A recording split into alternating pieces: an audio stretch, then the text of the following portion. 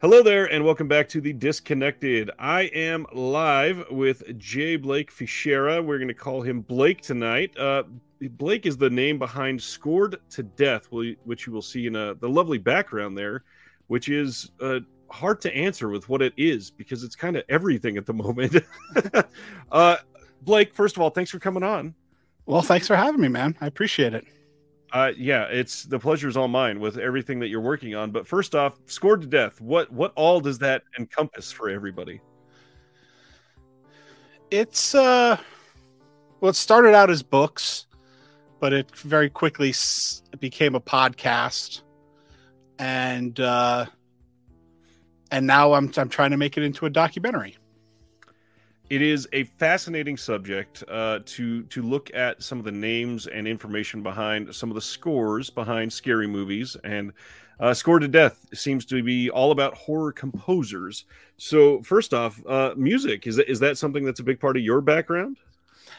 Music was always just a passion of mine, and my family. I mean, my family they weren't musicians, but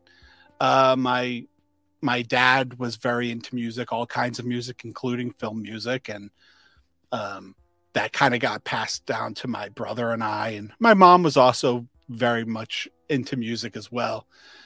When people ask me about the film music thing, I always just say that it kind of, there was film music just mixed in with all the other records, so I just listened to, especially being my age, being born in the late 70s and growing up in the 80s, I listened to a lot of John Williams, and but we had all kinds of stuff. And when I would visit, my parents were divorced, and when I would go visit my dad, I remember like eating dinner to the Chariots of Fire score, Nice, playing in the background. And there's a very legendary story about how at a certain age, every time I would get in my dad's car, I would make him put on the Superman score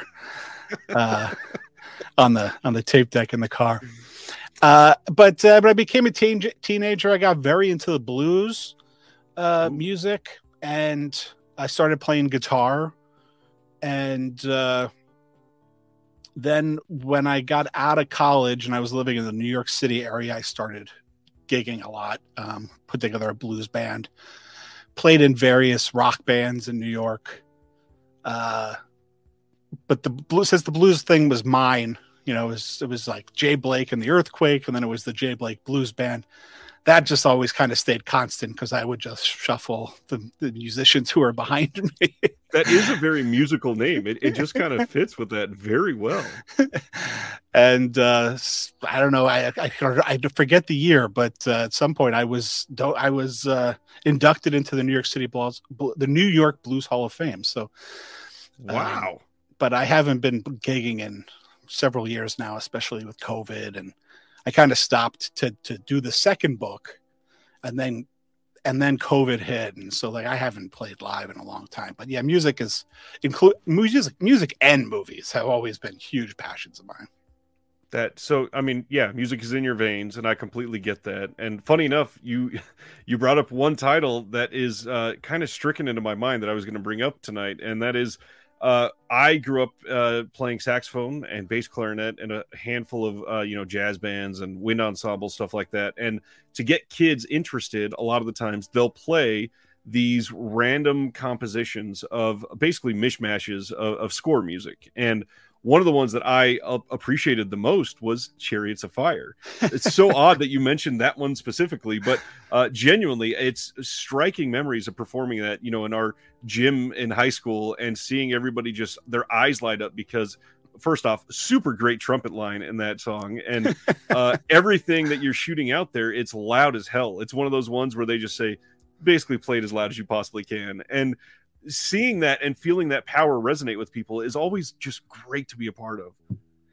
Yeah, I mean, music is, magical in general, but there's something about when it's combined with the image.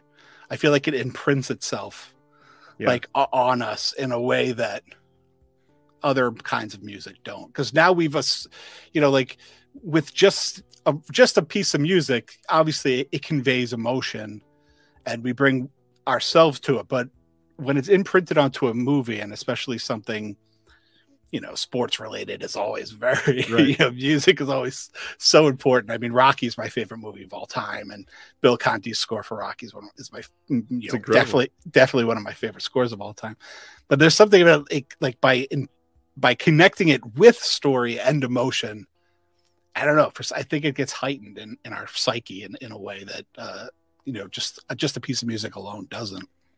I completely agree, and not to minimize it to like a kids movie sort of thing, but one of the things that really kind of solidified the way that I picture this in my mind for me is the way that Inside Out from Pixar went this whole core memory idea. And when I think about it, there are certain things in my mind that watching a movie and hearing the score associated with that scene specifically, I am zapped back to that one night where I can picture what I'm wearing with some of these things, and literally just hearing that piece from the score can take me there, and it's so incredible to feel.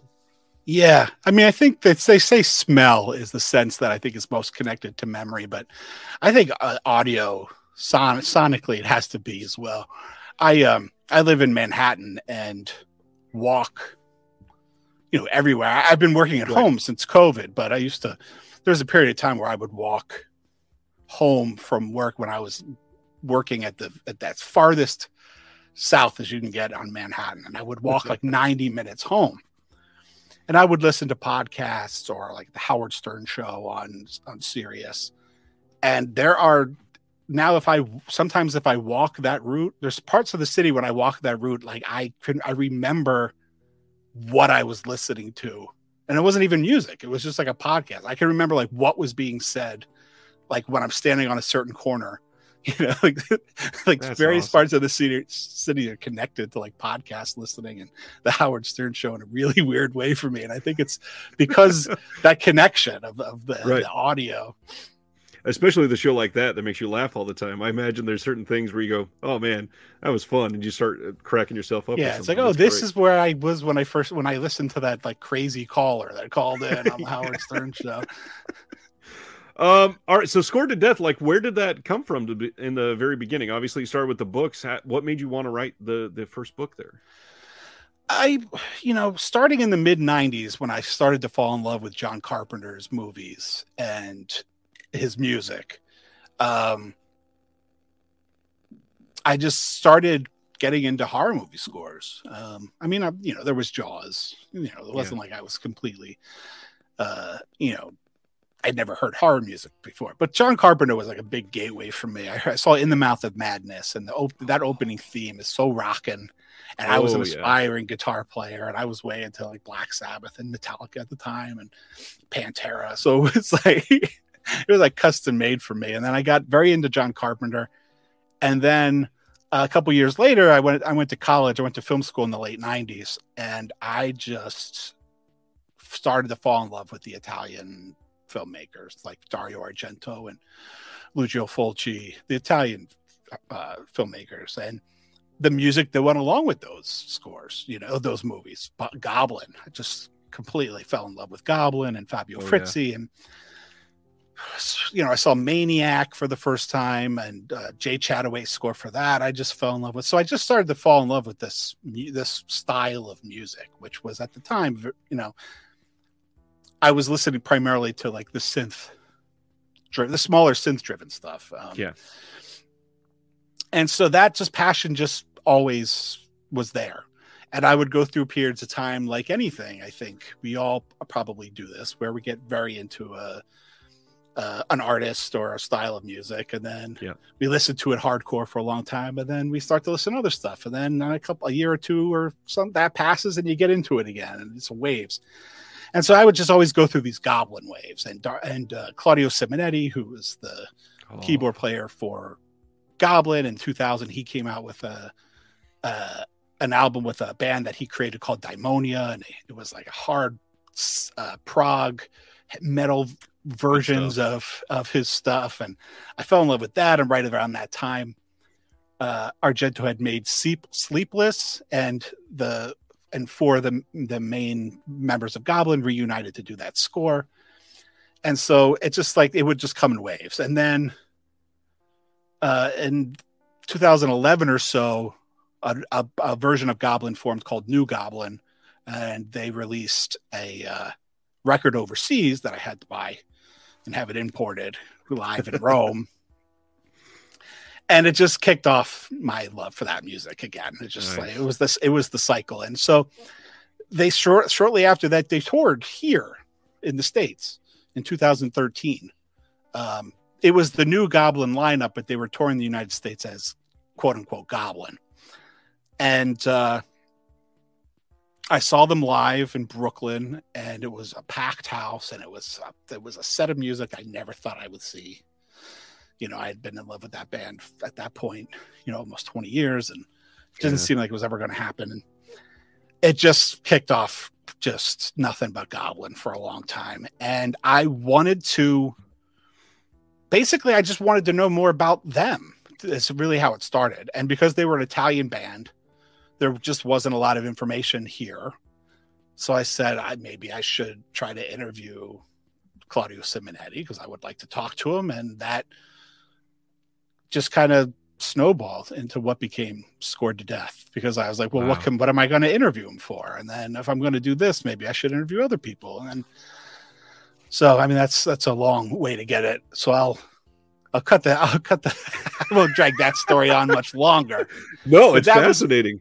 But that was really it. It was just, I wanted to know more, and the information I wanted to know wasn't available. And I started to read other film music related books and other film music interview books, even ones with composers I wanted to talk to, like Chris Young, and the information that was in them was great, but it wasn't what I wanted to know. So I just decided to reach out to them and see if they would let me interview them. I had been writing for a blues website, a weekly column, and I'd interviewed some great musicians, some of my guitar heroes like Steve Cropper and Leslie West. And I was trying to do freelance things for horror movie websites. Like I had interviewed Bruce Campbell, who, you know, I love. And so it wasn't like out of the blue. I was like, I'm just going to interview these people. Like I'd already kind of been dipping my toe in that pool.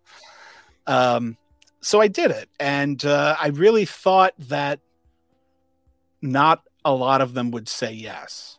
And I wasn't sure I was the right guy to do the job. So I figured I would interview like 2 of them and see if I thought they were good. Not that the composers were good, but whether I was good at interviewing film music composers.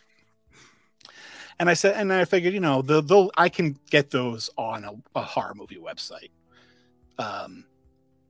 You know, I could edit them down and they can live on somewhere. They're not going to go to waste, but maybe I'm not the right guy to write a book about this.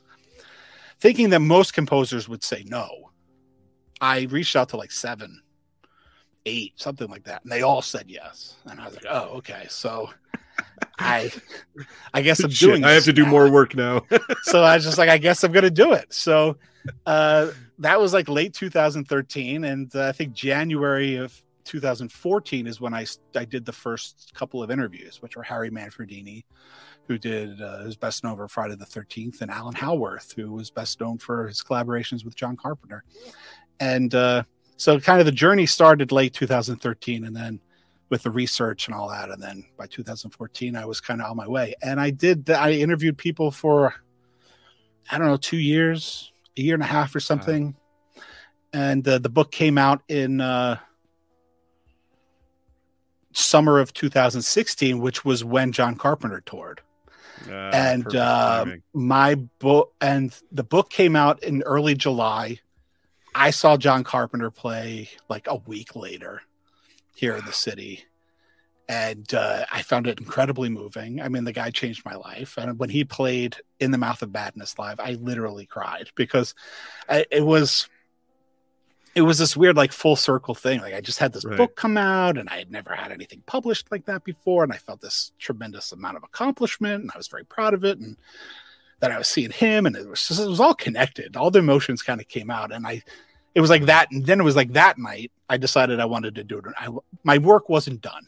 I wanted to do another one. So it was like 2 concerts that really kind of sparked both books. Were kind of inspired by 2 live concerts of film music. So, wow. I mean, The hard part here is there's like 19 things I want to respond to, but first, shared passion. I am very, very fortunate and super glad that they're doing it again. I get to go see Goblin in 10 days here in Kansas City. They're doing the Suspiria play along, and I wanted to do that the last 2 or 3 times that they did it, and our kids were too young, so I couldn't make it out there. But oh my gosh, I am like vibrating with excitement for this thing. So I just can't wait. The next thing, John Carpenter, hugely formative for me, hugely formative. In the Mouth of Madness is not one that a lot of people grab onto for some reason. Because first off, the film, it's a little weird compared to a lot of the other more accessible mainstream John Carpenter things. Do you feel the same way about the film as you do, obviously, about the score? Yeah, because I mean they're kind of connected. You know, it was very much. It was when I saw that movie, my friends and I were very into making movies with like my VHS camera, and you know we were teenagers in the '90s, so it was a lot of like teenage boys trying to be Quentin Tarantino, you know, right? And I think it was my birthday of probably 94, 95, whenever that came out on video. And a bunch of my friends slept over, and we watched that movie, and then we made our first horror movie that night with like the end credits just playing in the background as the music behind us, because it was VHS, you know, we didn't have, you know, you had a family computer and you had to dial up if you were going to go on the internet, if you were lucky, if you had that. So it wasn't like we were editing, you know, it wasn't like it is now. We did everything in camera.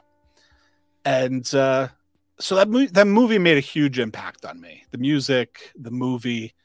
And then when I started to kind of research, which again was different because I wasn't, you know, the internet wasn't what it is now.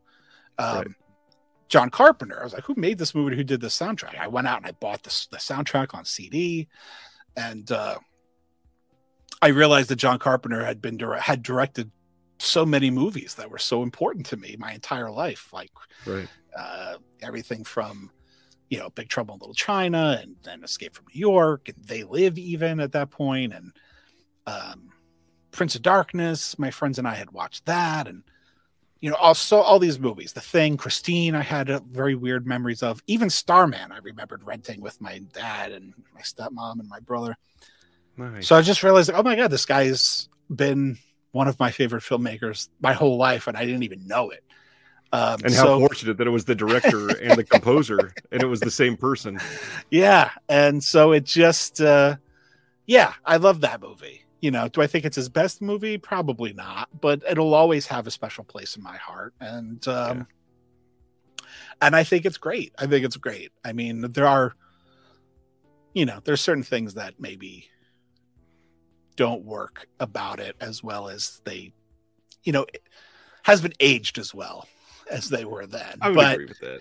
But ultimately, I think it's a great movie. I love that movie. One of our local theaters does a Carpenter Fest every year, and they show 3 films back to back. And my wife, before she had met me, had not seen most of Carpenter stuff. She's seen like The Thing and Halloween. I think those are the mainstays, of course. And I took her to this first Carpenter Fest with me, and they started with Assault on Precinct 13, followed that up with Prince of Darkness, and both of them, she was like, "Man, those were pretty good." And they ended the night within the Mouth of Madness, and at the end she was just like, you could see like her face blown back a little bit, like, what was that? I love ending a night with that movie. It is such a compelling piece, especially when compared to the rest of his filmography. They right around the time that he was touring, or his first album came out or something, I guess it was before the tour, it was when the albums had come out, at the Brooklyn Academy of Music has a big theater, a cinema program in theaters, and they did a huge, they'll do like a month where they play every movie by an artist, by a filmmaker. Wow. And they did a John Carpenter thing where they played every one of his movies. And I live in Manhattan. I don't live in Brooklyn. And so, people in Manhattan are notoriously lazy when it comes to leaving Manhattan. But I was like, I have to go to Brooklyn, but I can't go for every single movie. So I had to be very strategic about what I would go see.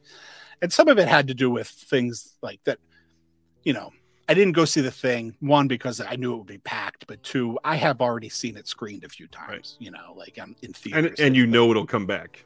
Yeah, and with Prince, you know, Halloween I've seen in theaters. But the movies I chose, I went to go see In the Mouth of Madness, Prince of Darkness, and Starman. Those were the three. Wow. I can't imagine Starman on the big screen. And yeah, it was magic.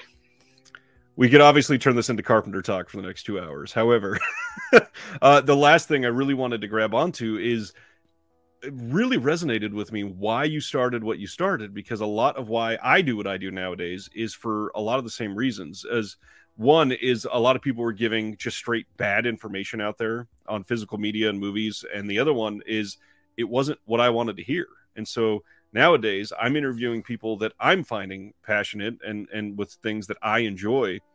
And that leads to you. I mean, this is kind of like tailor-made for all of my interests. And I think I've said that like 4 or 5 times now, but my God, it is so perfect. And I don't understand how I didn't hear about this previously, but now I just can't wait to get these books in as a part of this campaign that you're running right now. And so you're trying to do a documentary. I'm going to share the screen here. This is what we have at the moment. This is Sunday night, the 16th. We got 16 days ago. Exactly 99 backers at the moment. I'm so excited that somebody might see this and be the 100th one to take you over that edge. What is going to be in this documentary that is not in the book so far? Well, the book, for the people that don't know the books are collections of in-depth interviews with composers. And between the two books, it's a total of 30 composers. And, wow. You know, some of them span from, I don't know, 9-10 pages to, you know, 30 pages. You know, like I interviewed for the second book, my interview with Charlie Clouser, who's best known for the Saw movies. He and I chatted for like 4.5 hours. But yet in the second book, I also interviewed 2 Japanese composers, Koji Endo and man, I'm going to look bad here. But there was a language barrier, and I couldn't. Right. We had to exchange emails, so their interviews ended up being much shorter. You know, so it's a weird collection of lengths and the things we talk about. But for the most part, it's the books. They're a lot about the process of scoring movies and kind of biographies of them and their careers and their processes. I don't want the movie to be an abridged version of the books. Right. Because, you know, what's the point? The books exist. I can't give all the information that I have in the books. So what I really want to do with the movie is to explore how music works in horror movies in ways that I wasn't able to explore in the books. So I have a few videos floating around on social media and stuff right now where we get to see like Harry Manfredini talking about the and he talks about it in the book, obviously, but I think it's different to see it in action with the movie clips. I have Charlie Clouser from Saw talking about the Hello Zep theme. And like, again, he talks about it in the books, but it's a whole different experience. And I think it's a way of exploring it in a way that I wasn't able to. And I have a whole thing about Bernard Herrmann and Psycho was a video that I cut for this. And that's doing, because more of the history of horror film music is also going to be a part of it. So that's kind of really what I want to do. It's basically what I'm excited about in the movie is that I get to kind of continue exploring this film music, this craft that I've come to love, and I've spent like the last decade now kind of studying, but I get to explore it in ways that I haven't been able to yet. So that's kind of what's exciting about it. And it's going to be, obviously background about some of the most famous themes and scores in horror history, but it's also going to be that stuff, but it's going to be in relation as to how it works in horror. Because I think some people wouldn't agree with this, but I think music has a unique relationship in horror movies compared to other kinds of movies. And so it's kind of going to be about, like, in a way, I guess maybe that's a thesis statement of the film. And we're going to explore like why it's different, how it works, what music does in horror movies, because there's a million things it does, from adding weight and gravitas to a slasher movie, like Richard Band's score for House and Sorority Row, which is this lush orchestral score for an 80s slasher movie, to, you know, everything from, you know, Harry Manfredini and Jaws, how the score kind of becomes the killer when the killer's not on the screen, and you know how the jump scares work and timing and all those things. And so we've already interviewed 5 composers for it. The great thing about doing the books is that wouldn't have imagined in my wildest imagination, but that I've become kind of friendly with a bunch of these guys and girls now. So I called in some favors from the friends, and so we interviewed Charles Bernstein and Harry Manfredini, Richard Band, Charlie Clouser, and Holly Amber Church so far, because I wanted to have material to show when the Kickstarter went up. I wanted to be able to show a video, and I wanted to be able to put videos on social media to show, like, what is it we're trying to do with this. And with the money, depending on how much money we can raise, that's going to be kind of determine, like, how many more people can we put in it. And, or at this point, if we could really make it at all. So, let this be the lightning rod then. I understand not being extremely optimistic. However, I do hope that a lot of people can band together, because this is the sort of thing that it really is exciting to get an answer to things like that. And to me, and in just a few minutes, I'm sure we're going to bring up physical media and what you've enjoyed with it. But for me, a lot of the reason I buy these movies and Blu-rays and even like vinyl records to have on hand for me to experience them is it gives this context that streaming will never be able to do. And with something like this documentary, it gives not only the context behind some of our, you know, most famous and beloved scenes of all time, but it gives context to where those scenes came from in history and how it can genuinely affect like a generation in ways that we can't really prepare for. And it's not like when they wrote Jaws that they were saying, no, when people hear these 2 low notes for the rest of their life, they're always going to picture a great white. Like, that's not something you can plan for. Yeah. It's like nowadays trying to make a TikTok and say, I'm going viral. That's not how this works. Like, I mean, not to put you on the spot, but are there certain contextual pieces of music that really inspire this that are maybe less thought of? Like, obviously, Hello Zepp is a big one that's a lot more modern. The Jaws theme is huge, but then we got stuff like Jurassic Park or the you know, Indiana Jones themes. Are there other ones perhaps rooted in horror that you say, you know, this does not get enough attention and people really need to pay attention to how much it had an actual cultural impact? I mean, cultural impact, like, you know, the Halloween score, Jaws, Friday the 13th, Psycho, you know, all those things are, you know, huge. I mean, they're Jaws, Psycho. I mean, can you think of more? If you were to, like, think about the pieces of music that have been used in other movies the most, whether it's parody or not, Jaws, Psycho are among the top. Good, Bad, the Ugly, Bad to the Bone. You know, those are like the big 4, and 2 of them happen to be, you know, horror movie cues. And Bad to the Bone was in Christine, so in a weird way, that also is a horror movie cue. It's just, you know, through doing the books, I just realized kind of how unique, I mean, film music is in general, but how unique it is in horror movies. And that's what really kind of drove me. It was like talking to all these composers is what inspired the idea, really, to continue to continue to interview composers, but to, like, okay, like, the way Charlie Clouser talks about the Hello Zepp theme, and, you know, the interview that I have online right now from my interview for the movie is very short. And I think you can get you can get a feel for it, but the way he talks about it and why he did the things he did are fascinating. It comes at the end of the movie when the viewer is being bombarded with all this information. You're seeing all the things from during the movie that you didn't see and all this stuff.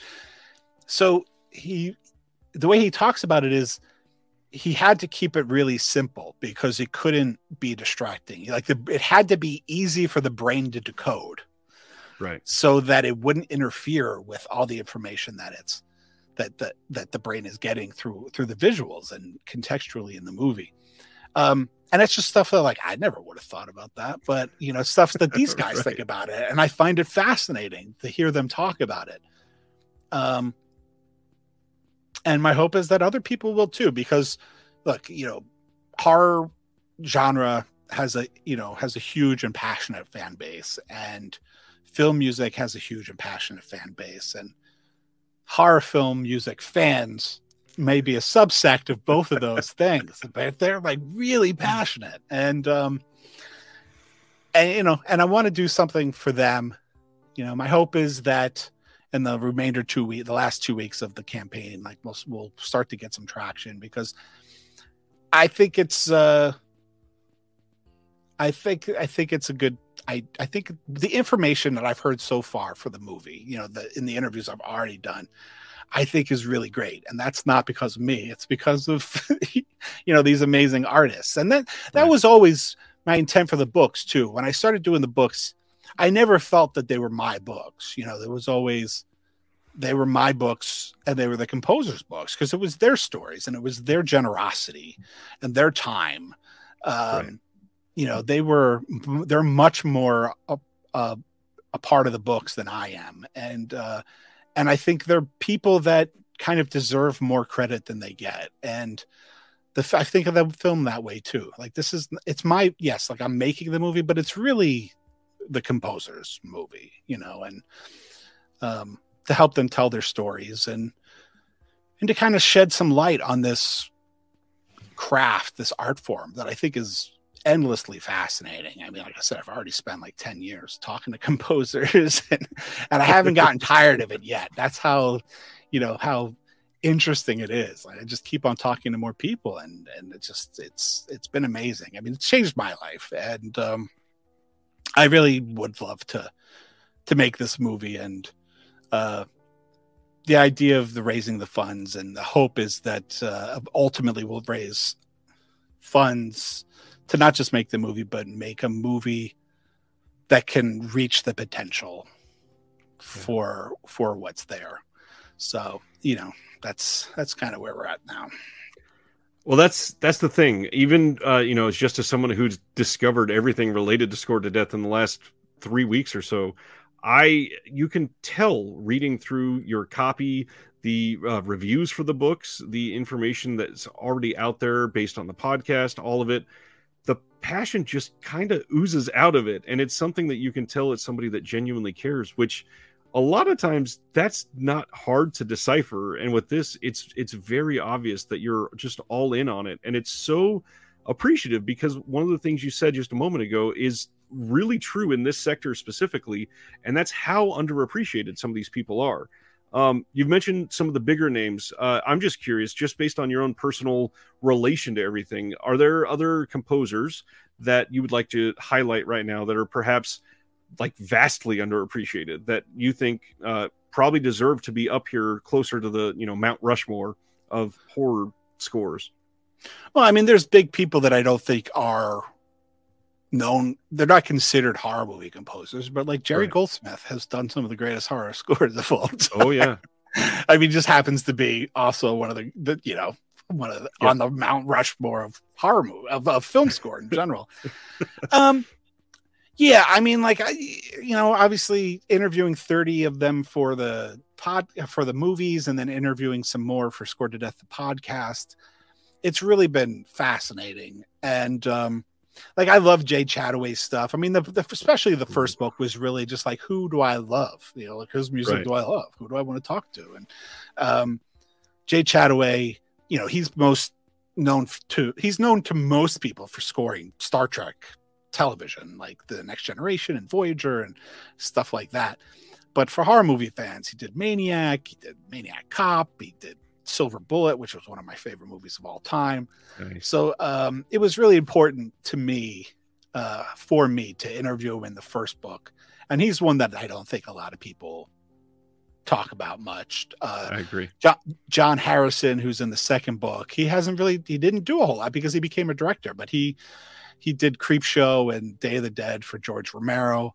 And his interview is great because he is a director. So we talk about some of that. We talk about George Romero a lot. I mean, that's the other thing is right before the first book, right while I was doing the first book, Wes Craven died.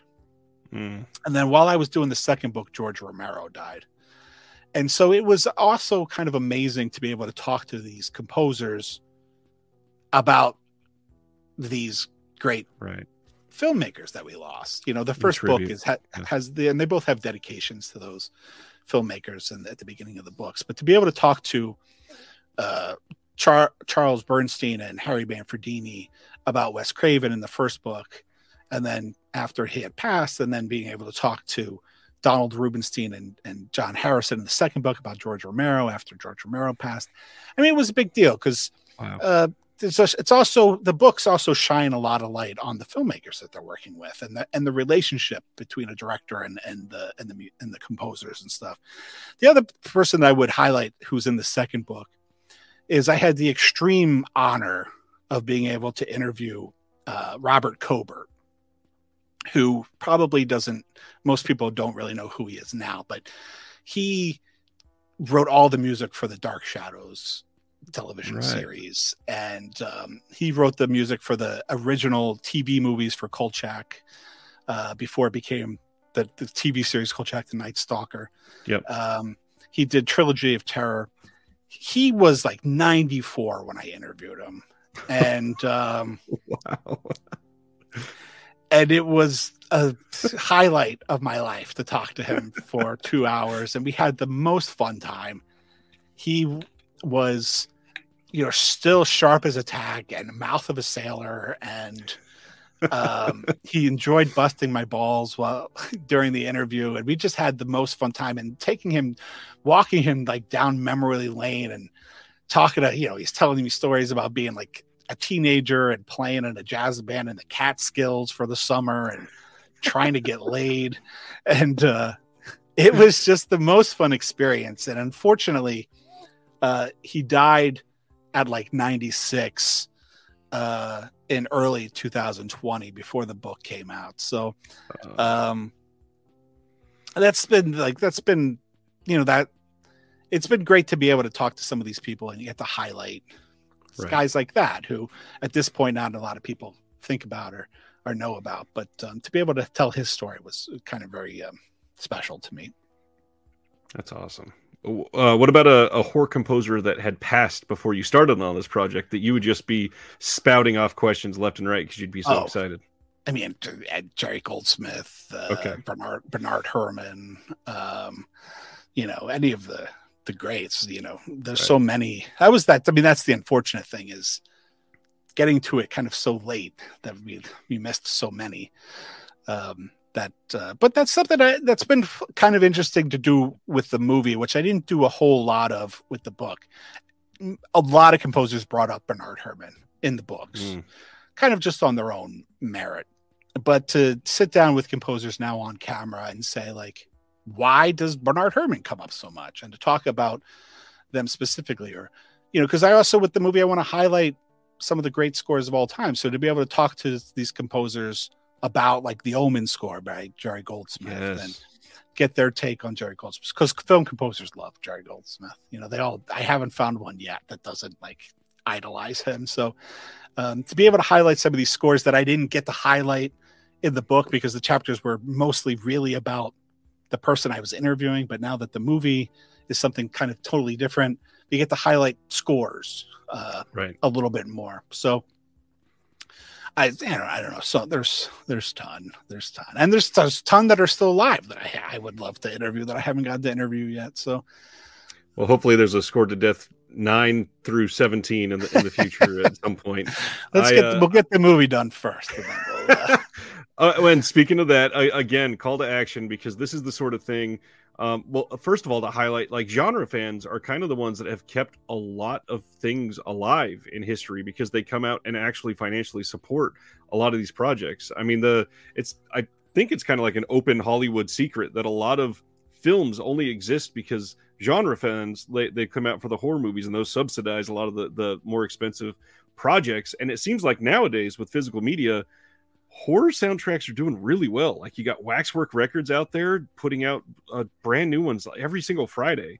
You've got what is the other big one? TerrorVision does a lot of them. Yeah, Mondo and Death Waltz, and of course that had just started when I started the book. You know, I think Mondo had put out a couple. I don't think Waxwork had put any out yet when I started the book, but by the time the book was done, like, everything was like crescendoing. Like, the book came out, the first book came out like at the perfect moment, because, like I said, Carpenter was just about to go on tour, and all these like boutique record labels had kind of popped up, and they were putting out records while I was doing the book. So that by the time the book that came out, like, horror film music was kind of at its peak in popularity. And now, like, Waxwork has exploded. I mean, they're selling out of stuff sometimes in literally a couple days, and for big things. And not to mention, they're putting out stuff that's never been released on vinyl, which is a huge plus nowadays. All of those types of vinyls, are you still into anything like that, or get excited about any of those releases? Yeah, well, look, when I was doing the books and then post the books and in between the books, I've always been a bit of a I guess a media addict, like, Yep. When it was VHS tapes, I had 1,000 of them. When it was Blu-rays, it was DVDs, I had thousands of them. And then Blu-ray came around and just kept on building. And vinyl was no different. I had vinyls. I always had a turntable, but then when the horror movie soundtracks started coming out, I got into it big time. And I've had the honor of writing liner notes for some of them, like Halloween's 4 and 5 and Freddy versus Jason. And nice. I'm now kind of trying to unload everything, because I live in a tiny apartment in Manhattan, and I would love to at some point. Wait, is Manhattan expensive or something for space? I've never heard that ever. And records take up a lot of room. And when the first book came out, I kind of did like the horror movie convention circuit. Oh, nice. And I would get a table to try to sell the book, and I started buying lots of records to sell. I was like, I'll draw them into the table with records, and then I'll sell them the book. And so I still have boxes of like inventory from that too. Oh, geez. Yeah, I have hundreds and hundreds of horror movie soundtracks on records. I have some of them. I have 4 copies of them, and I don't know, 2,000 Blu-rays or something. And I still collect CDs, because I started doing podcasts, and right now I'm doing a podcast called Scored to Death Radio, where I play music.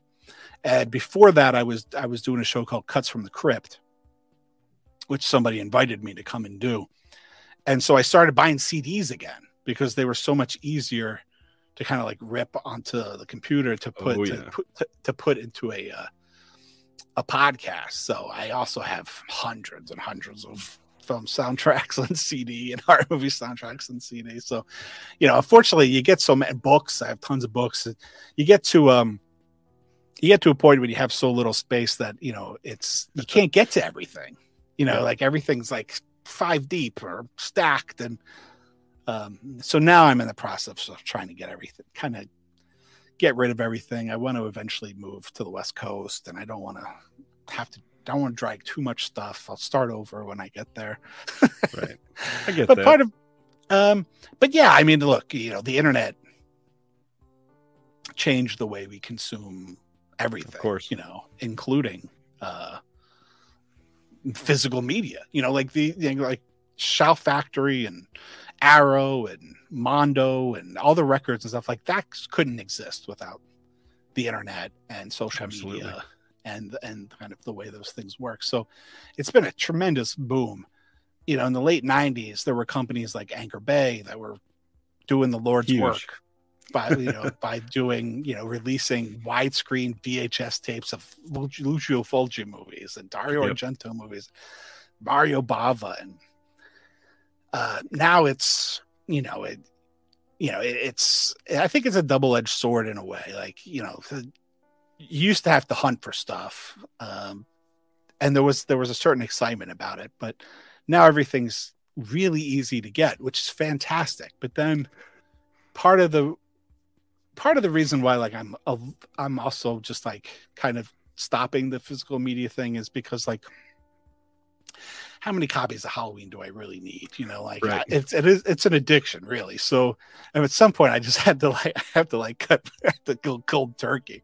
Like I had 4 VHS tapes of Halloween, and then I had, every time Halloween would come out on DVD, and Evil Dead would come out on these evergreen titles that had like 1 million titles, and now 4K is starting. I got overwhelmed, and not to mention I'm trying to make a movie, so I'm downsizing. I'm trying to make some. We've already spent, before the crowdfunding started, I mean, I've already spent like over $10,000 on the movie, so wow. Kind of out of pocket to fly to LA to interview these guys, to get equipment and all that stuff. So part of like my slowing down and kind of getting rid of everything is also just like, I could use the money right now to pursue my creative exploits. And because there'll be 4Ks everything in no time, and I can start fresh when everything's on 4K. Yeah, that's a good point. As a little aside, I'll just throw this up here again to everybody. I've already backed this. This is something that I'm very eager to see the final product. Not to mention, I also backed to get the books. I'm so eager to be able to read those front to back and just dive right in. I sincerely hope that we can get this up to like 300 people pledged by the end of this, because this would, at the very least, because this is something that can really light up a generation of not only film fans, but of music fans, but of people that want to create music in the future. And we need people that are continuing to do that. And again, just not to make it sound like I'm kissing up or anything, I thank you, because this sort of thing, it needs archival. That's a big part of it. And we're entering that era where a lot of these creators, sadly, are kind of dying away. And it's going to be something that will continue for the rest of the time now that we're into the filmmaker's age. And you're literally encapsulating their words on page. So it's amazing. Yeah. I mean, that's definitely a part of it. It was, the first book is very weighted in composers whose career started in the 70s and worked throughout the 80s, with a smattering of more quote unquote contemporary composers.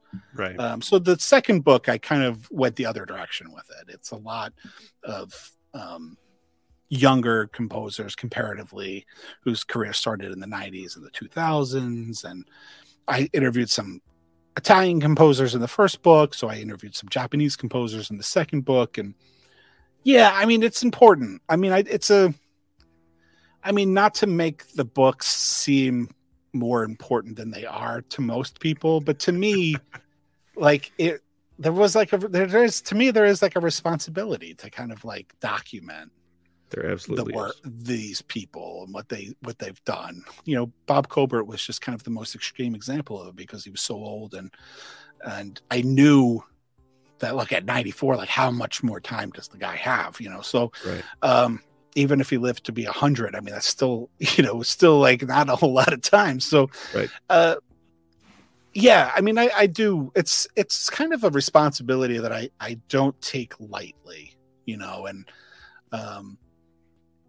and when I do the interviews, especially for the books, the movie is obviously a very different thing. It was like, I strive to do the definitive interview with them. And that's why I kind of ask for a lot of time. And most of them are extremely generous with their time. And I mean, they all are, obviously. Some of them are just don't have a lot of it. Right. Like Bear McCreary's busy scoring like 15 movies a year and television shows. I don't know when the guy sleeps, let alone take an hour out of his schedule to talk to me. So, Yeah, I mean it's important. And I'm not just talking about horror composers. You know, like I think one of the driving forces behind all of this, obviously I love film music and I love horror movies, and that was kind of like the main influence, but I just love talking to creative people. And before I started doing the books, I didn't really think of myself as like some expert on horror film music or some, you know, like elite fan. Like I love them more than anybody else. Like Right. now that I've been in the community and I've been to horror conventions and I've talked to people and I've been interviewed on podcasts, like I realized that like I'm really small potatoes when it comes to like the passion for this in some ways. You know, like some people are really, really into it. I just love talking to creative people about what they do.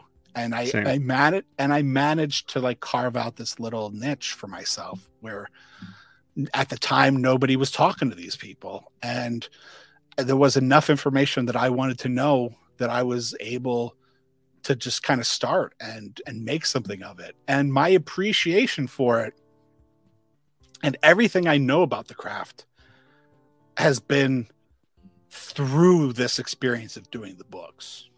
You know what I mean? Like people, you know, refer to me as like some kind of expert now because I have the books, and I'm really not. Like everything I know about this, you can know too by reading these books, you know. like everything I learned from them. So, and it was through talking to them that I gained like so much more respect for the craft and what they do and how they do it. And so I keep going until I don't, you know, I've often thought about switching topics, you know, like I would love to do an acting book, like horror movie actors. And there was a time when I thought about doing it, and there was a time when I thought about doing special effects, but then luckily I didn't because people have done special effects books. Yeah. But I keep doing the music stuff because I still find it interesting, and I keep still finding more things to fall in love with about it. And every time I interview somebody new, it's like a whole new roller coaster for me, and learn and their point of views about it. It's just everything's unique. Whether even when they're talking about the same thing, and they're even talking about how they do things the same way, it's still unique because everybody's got a different perspective on it.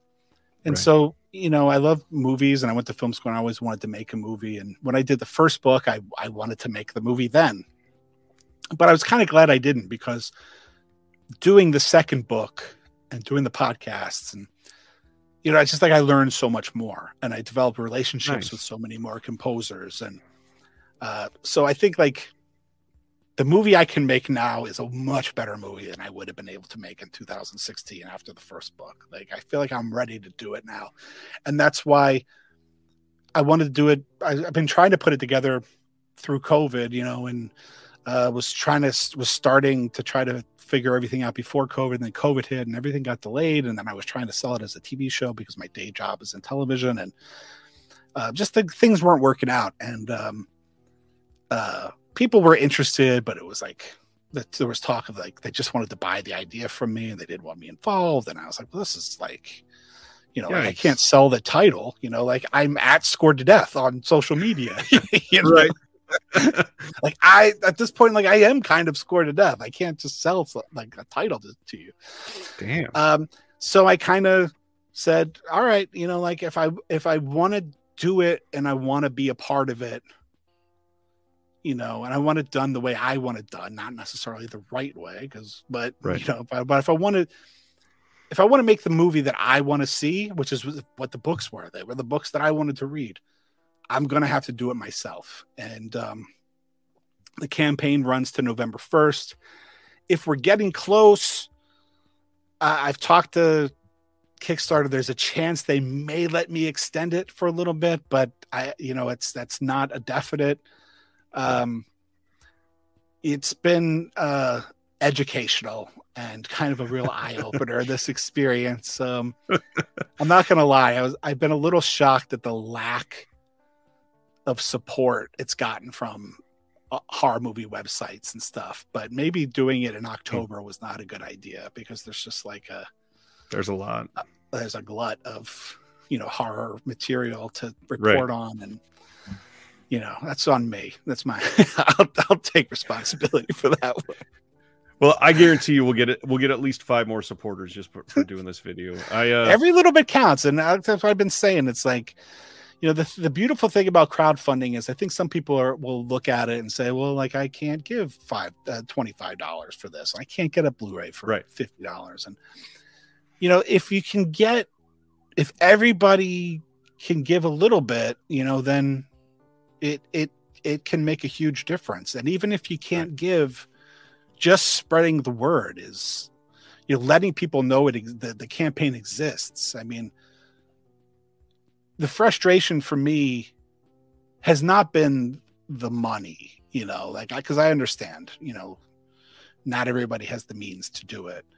The frustration for me so far has been like the people who I really expected would help promote it, not promoting it, because that doesn't cost anything. And, so I thank you for giving me a platform here to talk about it and let people know about it, because that's like the real important thing, is like getting the word out. And now there's like 2 weeks left. I'm optimistic, and if we can't raise the money, it's Kickstarter. I don't get any of the money if we don't reach the goal, but I'll figure it out. If I can't do it through crowdfunding, I'll figure out some other way to do it, because it's like you said, for me, it's a love letter to this, and it's a passion for me, and it really is a project that I'm doing out of love. And we'll get a movie made, whether it's the best, whether it's a movie that can live up to the potential. That's going to depend on how much money we can raise, because there's all the rights to use the stuff, and lawyers to do fair use, where I don't have to pay for the clips. You need to pay a lawyer to make sure that all works. It gets really complicated and expensive. Yeah. And so it's not like I could just like take the $10,000. Like, I could make a movie now with the 5 interviews I've done. But it won't be the movie that I feel like this topic deserves to have. And so that's really it. I mean, I want to make a movie that's worthy of the topic and the composers and the fans, so that's where we're at. And hopefully a movie will get made. Just what movie will get made, we'll see. Well, either way, I can't wait to watch it. I do want to throw out there that even though there's a lot of downplaying your commitments and contributions to this, every single museum out there has to have somebody that starts it. And I, again, just thank you for making this museum, because without it, a lot of those voices would be lost. And it's something that is important. And archival is something that really doesn't get talked about enough in society, because people just look at a lot of this as a given, I think, still. And accessibility is great, but I think streaming and all that has given people the idea that this is just here forever. And a lot of it is not, unless we do something properly to actually archive it. Spotify servers can be wiped tomorrow. We have no clue about any of that. So that's a good point. Yeah. Yeah. I appreciate that. This is the pleasure has been all mine to this act of archiving all this stuff. I mean, it really has been such a wonderful experience. I wouldn't still be doing it now after 2 books and podcasts if it wasn't fulfilling. And if it wasn't for the feedback that I get, that I know I've had composers who have contacted me and have thanked me for doing it because they've learned from it, and which is amazing, and it's those are the kinds of things that you'd never think about or about. Right. Like, a book isn't necessarily on, it's not on the internet, and it's not, podcast is also still, I mean, as you're doing this, like, you don't know everybody that's listening to it, but like people that are watching this right now and watching all the other shows, it's making an impact, and it's influencing people's in a way that, like, you'll never know the extent of it. And having now had the books out for a few years, to hear feedback it's really been kind of overwhelming in terms of the way the books have inspired people and impacted people, the things that I never would have expected, which is a good thing to, bring up in terms of the campaign for people that are physical media collectors. With the campaign, this is a perfect example. Not knowing how much money would be raised, I couldn't promise a soundtrack because I don't know if there's going to be enough money to hire a composer to do it, whether I'm going to have to do it with library cues, and then I can't release those. So what I did do for the campaign is I reached out to a bunch of composers and artists, and I said, hey, I'm trying to make a movie.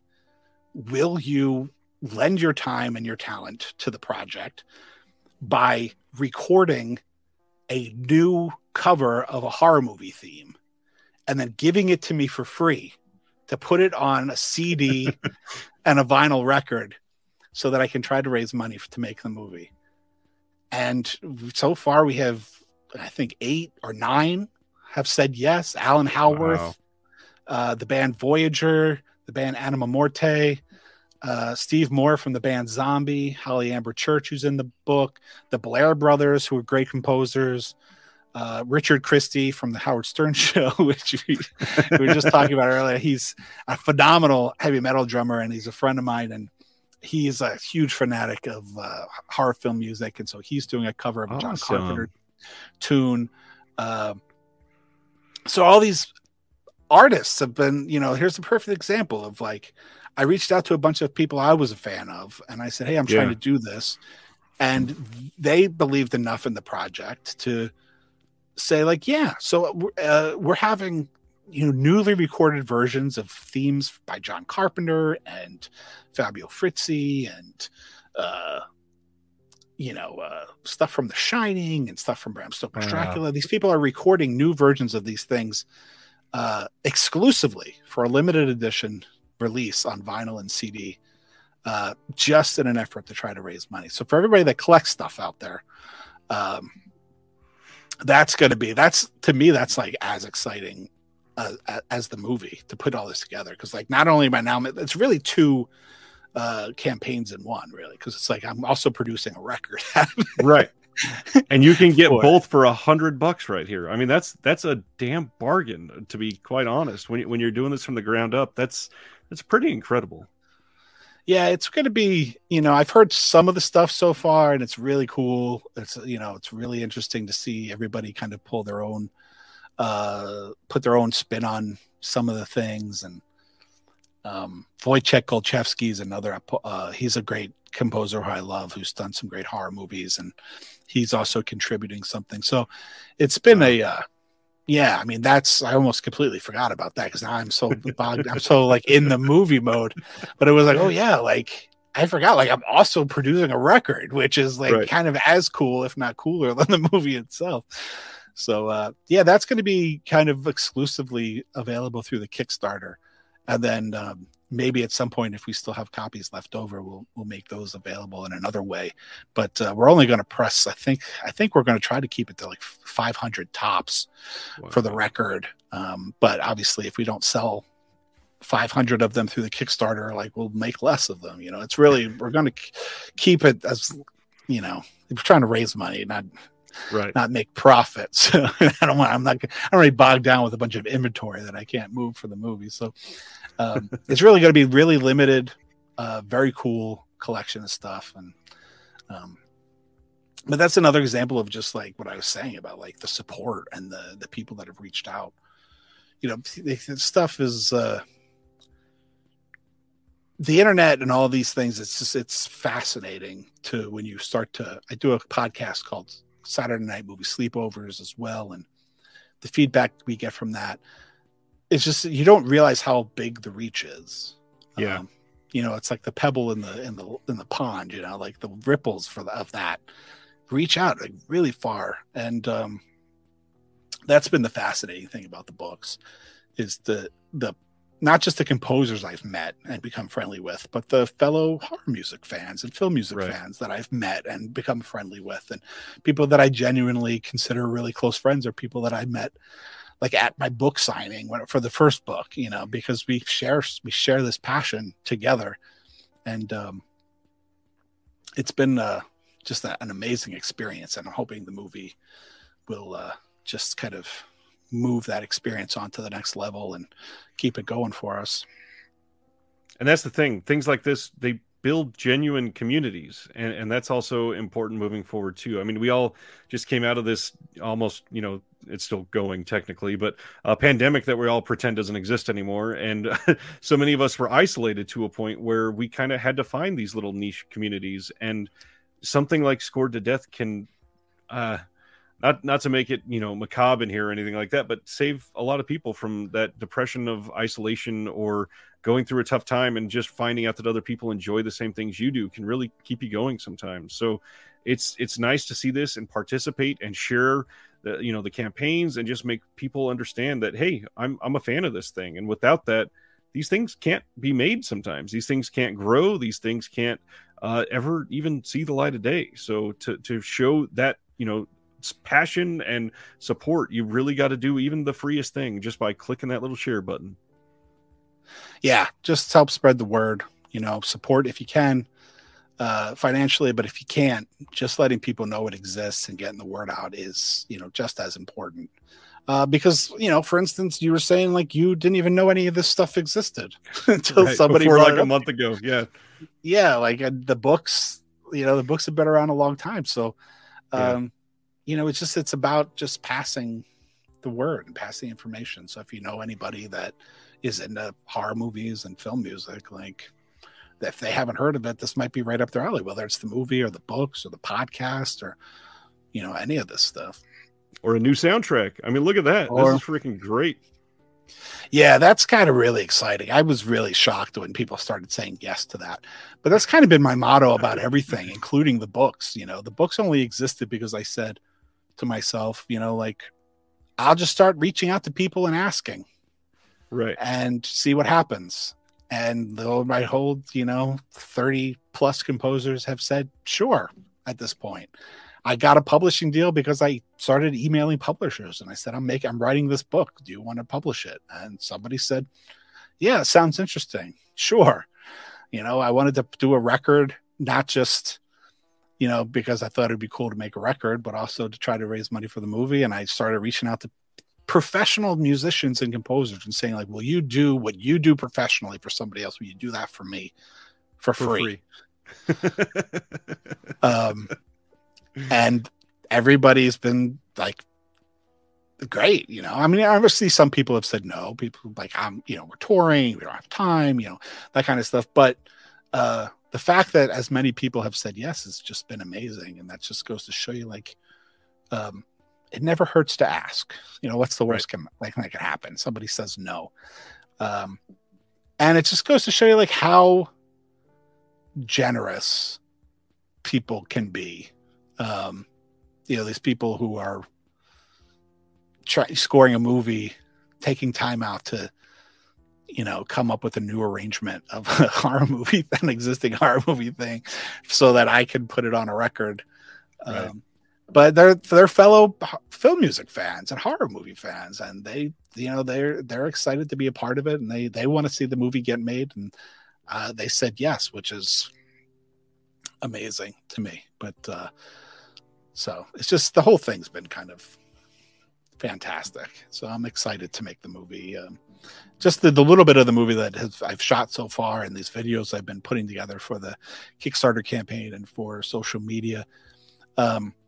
It's been really exciting just to like go through the footage and see what we have now, and putting even keeping everything down to like 2 minutes so that I can put it on social media. But knowing that there's so much more than those 2 minutes that are fascinating, and to be now, so it's exciting to see like, wow, like there's so much cool stuff.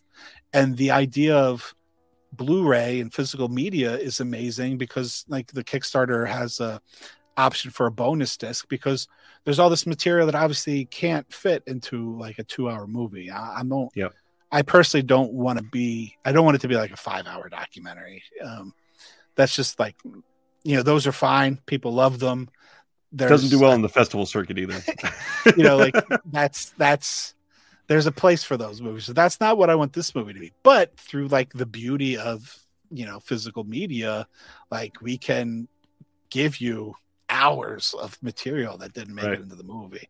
Interviews, sections of, extended interviews. We can put in whole sections of stuff that doesn't make it to the movie as kind of bonus content, and that's kind of amazing. That's because when you interview so many people, you're gonna edit it into a movie. I mean, I'm a professional editor. I edit television stuff, so I said to the composers as I'm interviewing, like, yeah, like I'm talking to you for 2 hours, and like obviously the movie's only going to be 2 hours.